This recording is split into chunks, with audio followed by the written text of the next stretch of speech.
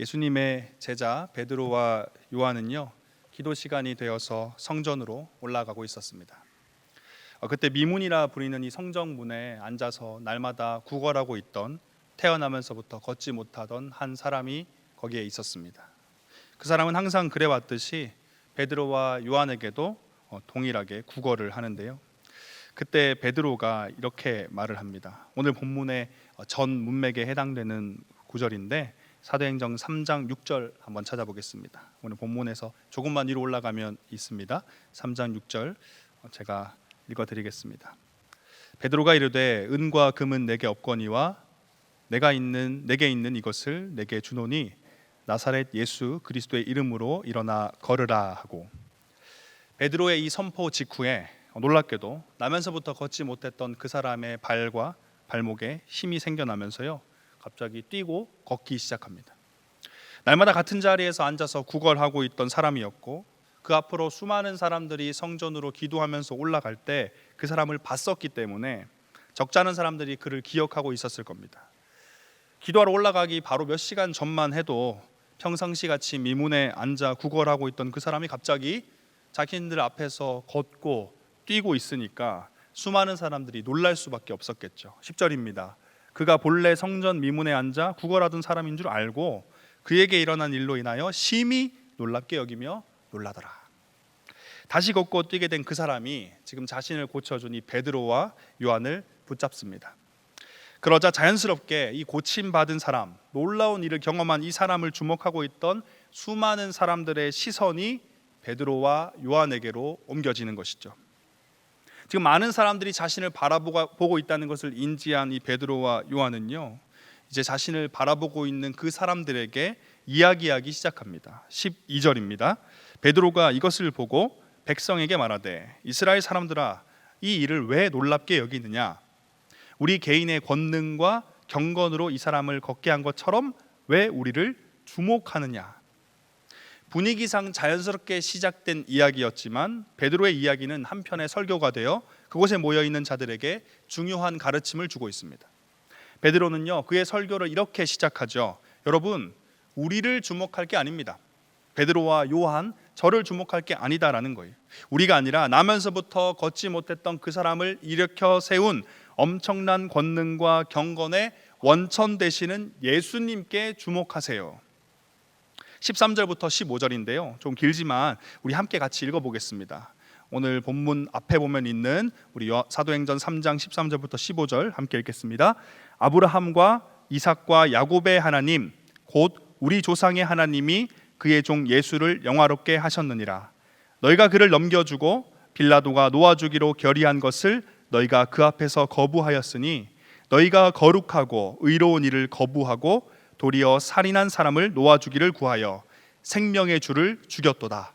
그러나 하나님이 죽은 자 가운데서 그를 살리셨으니 우리가 이 일의 증인이라. 베드로는 아마 당시 사회에서 가장 큰 사건으로 언급되었을 예수님의 십자가 사건을 이야기합니다. 당연했겠죠. 그 당시에 예수님은 굉장히 유명 인사였고, 그런데 그런 그가 죽임을 당했으니까요. 그런데 그 십자가 사건을 지금 베드로가 이야기하는 겁니다. 당신들은 당신의 지도자, 당시 지도자였던 빌라도 총독이 예수님을 놓아주자 말했지만 거절했습니다.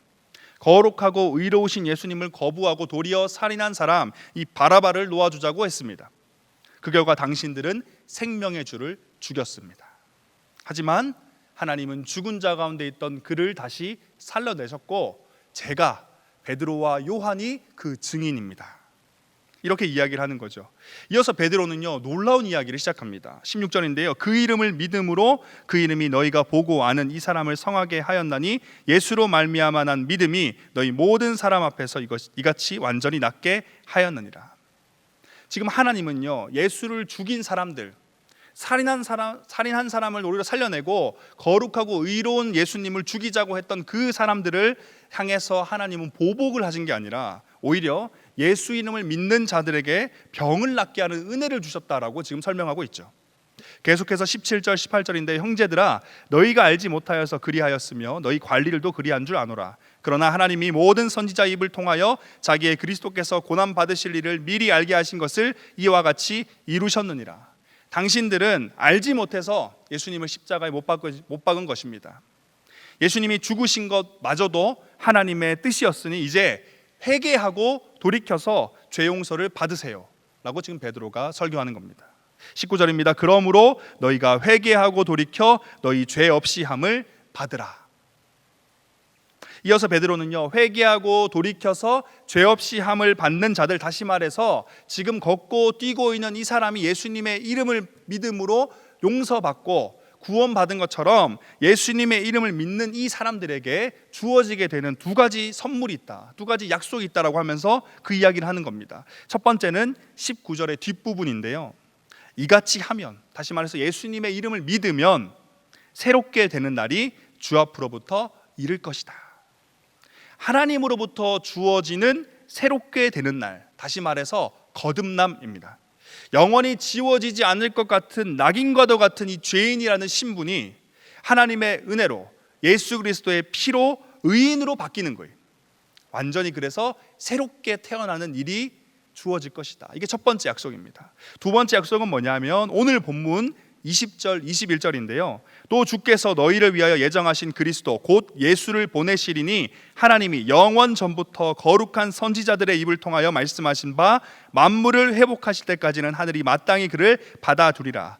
죄로 인해서 이 땅이 우리가 지은 이 죄로 인해서 왜곡되고 무너져 버렸습니다. 그런데 이 세상의 모든 것들이 다시 회복되는 더 멋지고 더 아름다운 모습으로 새 하늘과 새 땅으로 완성되는 하나님의 나라가 임하는 그날, 다시 말해서 예수님이 다시 오시는, 세상의 모든 것이 끝나는 그날, 당신들은 예수님을 맞이하게 될 겁니다.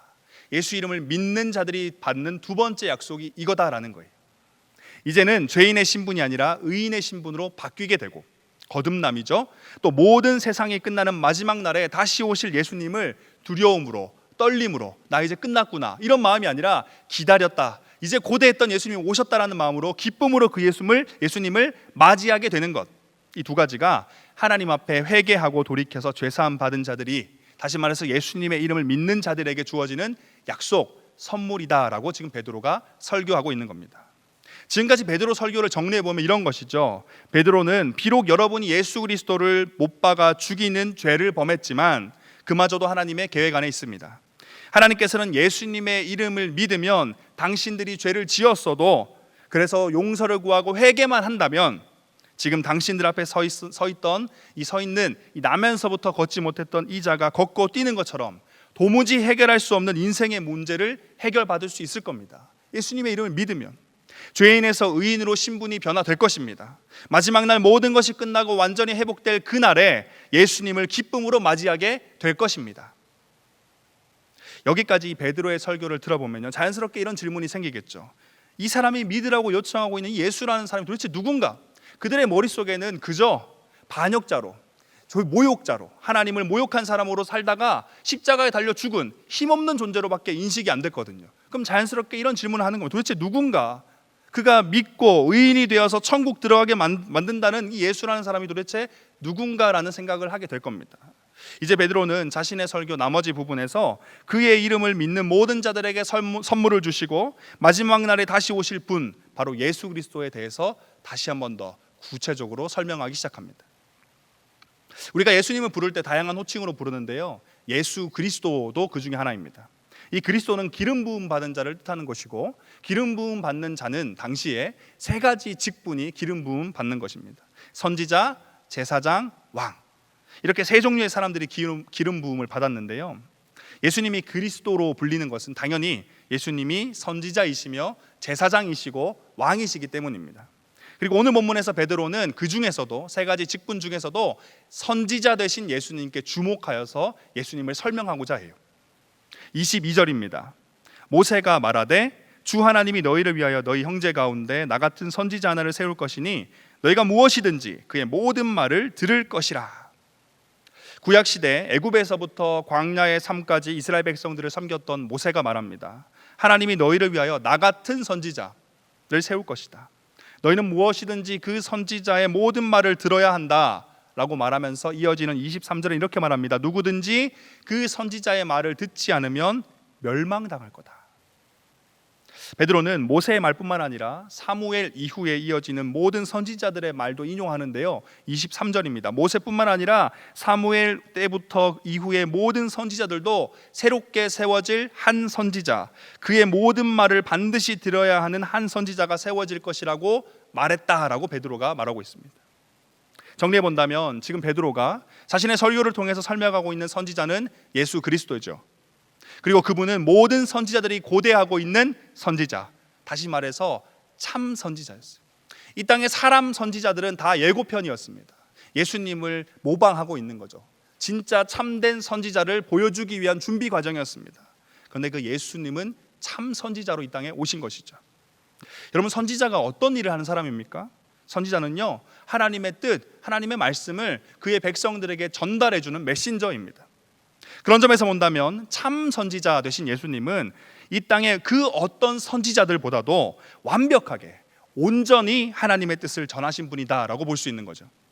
그리고 이처럼 예수님이 참 선지자이시기 때문에 다시 말해서 그가 전하는 모든 것은 사람의 말, 거짓말, 부족한 말이 아니라 완벽하고도 온전한 하나님의 뜻이고 그분의 말씀이기 때문에 이스라엘 백성들은 참 선지자 되신 예수님의 모든 말을 들어야 하는 겁니다. 그리고 또 만약 그 모든 말을 듣지 않으면 그것은 곧 하나님의 말씀을 무시하는 것이기 때문에 모세가 말하는 거죠. 그 말을 듣지 않으면 멸망받을 것이다 라고 가르치는 겁니다. 예수님에 대해, 특히 참 선지자 되신 예수님에 대해서 설명한 베드로는 자신의 설교를 듣고 있던 이스라엘 백성들을 다시 바라보면서 이야기하는 거죠. 그 백성들이 어떤 사람들이었습니까? 성전에 기도하러 올라왔다가 예수님의 이름으로 불치병을 고침받아서 자신들 눈앞에 뛰어다니고 있는 그 사람을 보며 놀란 마음으로 베드로의 설교를 듣고 있던 그 사람들에게 한 번 더 이야기를 하는 거예요. 이번엔 또 다른 놀라운 이야기를 합니다. 25절과 6절인데요. 우리 함께 읽어보겠습니다. 25절, 6절, 오늘 본문 바로 뒤에 나오는 두 절 말씀인데 읽겠습니다. 너희는 선지자들의 자손이요 또 하나님이 너희 조상과 더불어 세우신 언약의 자손이라. 아브라함에게 이르시기를 땅 위의 모든 족속이 너의 씨로 말미암아 복을 받으리라 하셨으니 하나님이 그 종을 세워 복 주시려고 너희에게 먼저 보내사 너희로 하여금 돌이켜 각각 그 악함을 버리게 하셨느니라. 베드로는 지금 자신의 설교를 듣고 있는 이스라엘 백성들을 향해서 말하죠. 여러분은 선지자의 자손입니다. 그리고 조상 아브라함과 하나님이 맺으셨던 언약에 대해서 또 이야기를 하는데요. 땅 위의 모든 족속이 너의 씨로 말미암아 복을 받으리라. 이것은 선지자의 자손들을 통해서 땅의 모든 족속들이 복을 받게 될 것이다. 다시 말해서 여러분들을 통해서 주변 사람들이, 주변 나라가 복을 받게 될 것이다 라는 이야기예요. 그리고 베드로는 계속해서 말합니다. 여러분에게 복을 주시기 위해 그의 종, 이 종은 예수님을 의미하는데요. 예수님을 여러분에게 먼저 보내셔서 죄에서 돌이키게 하셨습니다. 여러분이 베드로 설교의 이 마지막 부분이 놀라운 것은 베드로가 예수님께서는 다른 인간 선지자들과는 달리 하나님의 뜻을 온전히 전하는 참 선지자로 지금 소개를 했는데 이스라엘 백성들이 선지자의 자손이다. 다시 말해서 그들이 예수님과 같은 선지자가 될 것이다라고 가르치고 있기 때문이에요. 참 선지자이신 예수님을 소개하면서 당신들도 그런 선지자입니다라고 가르치고 있다는 겁니다. 그러면서 또 한 가지를 이야기하죠. 하나님께서 선지자로 부르신 그들, 이스라엘 백성들, 여러분들을 통해서 이루고자 하시는 것도 가르치는데 그것은 바로 선지자로 부름받은 이스라엘 백성들을 통해서 그들의 주변 나라와 주변 사람들이 복을 받게 하겠다라는 거예요. 사랑하는 참공 모든 형제 자매 여러분, 여기에 오늘 설교의 핵심이 있습니다. 오늘 본문 속 상황에서는 이미 예수님은 천국에 계셔요. 이 땅에 계시지 않습니다. 이 땅의 모든 사역을 다 끝내시고 하나님의 보좌 우편에 계시는 시점이었어요. 참 선지자이신 예수님이 안 계신 상황이었다라는 겁니다. 그런데 참 선지자이신 예수님을 닮아 그분의 삶을 쫓아 살아가는 또 다른 선지자가 그 땅 가운데 있었습니다. 바로 오늘 본문 속 베드로와 요한이에요. 앞서 말씀드린 대로 선지자는 하나님의 말씀, 하나님의 뜻을 전하는 사람들이죠. 그리고 참 선지자 되신 예수님께서는요, 그 누구보다도 완벽하게 하나님의 말씀을 온전히 전한 분이십니다. 그런데 중요한 점은 참 선지자이신 예수님께서 말로만 전한 게 아니다라는 거예요. 하나님께서는 선지자들을 통해서 전하고자 하셨던 그분의 뜻, 그게 무엇입니까? 하나님께서 선지자를 통해서 무슨 이야기를 하고 싶으셨겠어요? 오늘 여러분 앞에 놓이는 성경이겠죠. 성경을 정리하면 무엇입니까? 하나님 사랑과 이웃 사랑입니다. 바로 이거예요. 예수님께서는 참 선지자로서 이스라엘 백성들에게 하나님을 사랑하라고, 이웃을 사랑하라고 진심을 다해 가르치셨고요, 가르치셨을 뿐만 아니라 가르침대로 사셨던 분입니다. 하나님을 사랑하시니까 하나님의 뜻에 온전히 순종하시며 그분의 인도하심을 쫓았어요. 예수님의 삶 전체를 묵상해 보면요, 예수님은 언제나 하나님 아버지의 뜻을 쫓아 살아가셨습니다. 결코 앞서지도 않았고 결코 돌이키지도 않았어요. 하나님이 가라 하면 가고 서라 하면 섰습니다. 그 순종의 절정이 무엇이었어요? 십자가였습니다. 예수님은 하나님께 철저히 순종함을 통해서, 그래서 하나님을 향한 그분의 사랑을 삶으로 증명해 보이셨습니다. 그리고 예수님의 이웃 사랑은 또 어떻습니까? 참신 되신 예수님이 창조주 되신 그 위대한 신이신 하나님께서 이 땅에 피조물의 몸을 입고 인생을 사셨습니다. 이 땅의 모든 왕들 중에 왕이심에도 불구하고 가장 낮은 자리에서 이 땅의 인생들의 신음소리에 귀를 기울이셨어요. 그 어떤 죄도 없으신 분이 역사상 가장 큰 죄인으로 모욕적으로 큰 죽음을 당하셨습니다.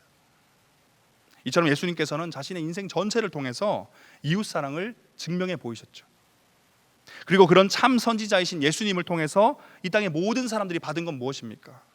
죄사함, 구원, 하나님의 백성이 되는 것, 바로 진짜 복을 받게 된 겁니다. 여러분, 이게 참 선지자의 모습입니다. 하나님의 뜻을 깨닫고 입으로 전할 뿐만 아니라 삶으로 전하는 것, 그리고 그것을 통해 이 땅에 진짜 복을 나눠주는 것. 오늘 본문 속 주인공이라 할 수 있는 이 베드로와 요한도요, 참 선지자이신 예수님의 삶을 쫓아 살고 있었습니다. 베드로와 요한은 그저 말로만 하나님 사랑하라고, 말로만 이웃 사랑하라고 가르치던 자가 아니었어요. 그리고 오늘 본문 속 날 때부터 걷지 못한 사람과의 이 만남은 참 선지자 되신 예수님과 같이 말로만이 아니라 삶으로 하나님의 뜻을 쫓고 사는 것이 어떤 삶인지, 그리고 또 그런 삶에는 어떤 일이 일어나는지를 잘 보여주는 사건이다라고 할 수 있습니다. 오늘 본문 앞에 있는 3장 6절인데요, 베드로가 이르되 은과 금은 내게 없거니와 내게 있는 이것을 내게 주노니 나사렛 예수의 이름으로 일어나 걸으라 하고, 날마다 성전 미문에 앉아있던 그 사람을 바라보면서 성전을 드나들던 수많은 사람들이 그냥 지나쳤을 겁니다. 그 중에 몇 명은 물질로 그를 도와줬겠죠. 몇몇 사람들이 물질로 그를 도운 것은 실제로 그 당사자가, 그 앉아있던 그 사람이 지금 나에게 가장 필요한 건 다른 게 아니라 돈이라며 그들에게 요청했기 때문일 겁니다. 그런 가운데 베드로와 요한이 그를 마주한 것입니다. 베드로와 요한은요, 사랑과 긍휼의 마음으로 그 앞에 섰을 거예요.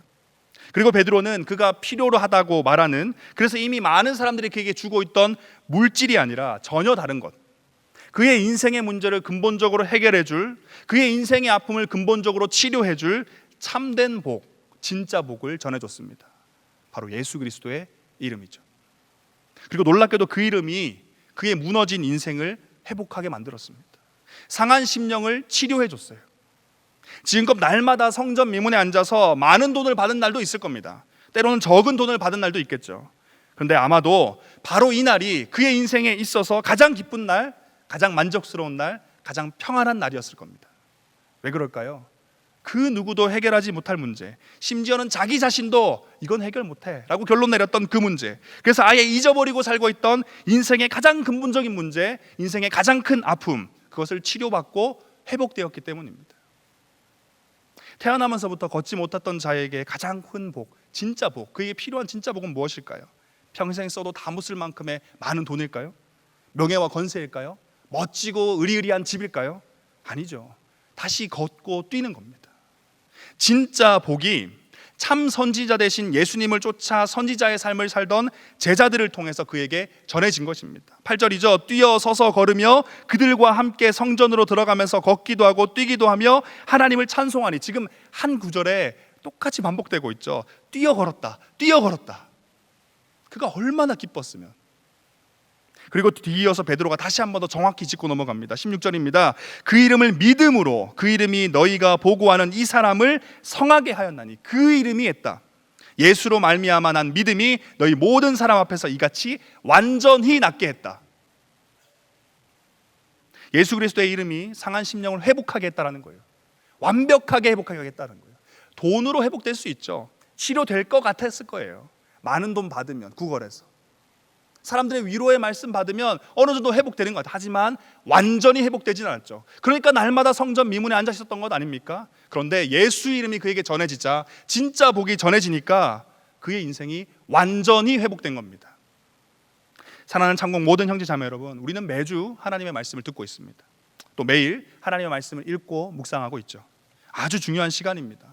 오늘 본문 속 베드로도 그것에 대해서 가르치고 있는 겁니다. 너희가 무엇이든지 그의 모든 말을 들을 것이라. 누구든지 그 선지자의 말을 듣지 아니하는 자는 백성 중에서 멸망받으리라. 베드로도 동일하게 가르치고 있습니다. 그런데 베드로는 또 한 가지를 더 가르치고 있죠. 너희는 선지자들의 자손이다. 너희를 통해 땅 위의 모든 족속이 복을 받게 될 것이다. 이게 어떤 의미입니까? 우리는, 성도는 하나님의 말씀을 세상 가운데 전하는 선지자다라는 겁니다. 참 선지자 되신 예수님과 같이 하나님의 말씀을 듣고 입으로만 말하는 게 아니라 삶으로 전하는 선지자의 삶을 살아가야 된다라는 겁니다. 당시 성전 미문의 상황을 한번 상상해 볼까요? 세 부류의 사람이 있었을 겁니다. 날 때부터 걷지 못하던 그 사람을 보며 아무 생각 없이 그저 지나치는 사람, 그리고 안타까운 마음에 사랑을 담아 물질로 도와주는 사람, 그리고 마지막은 이전의 사람들과 같이 안타까운 마음으로 사랑을 담아 진짜 복을 전해주는 사람.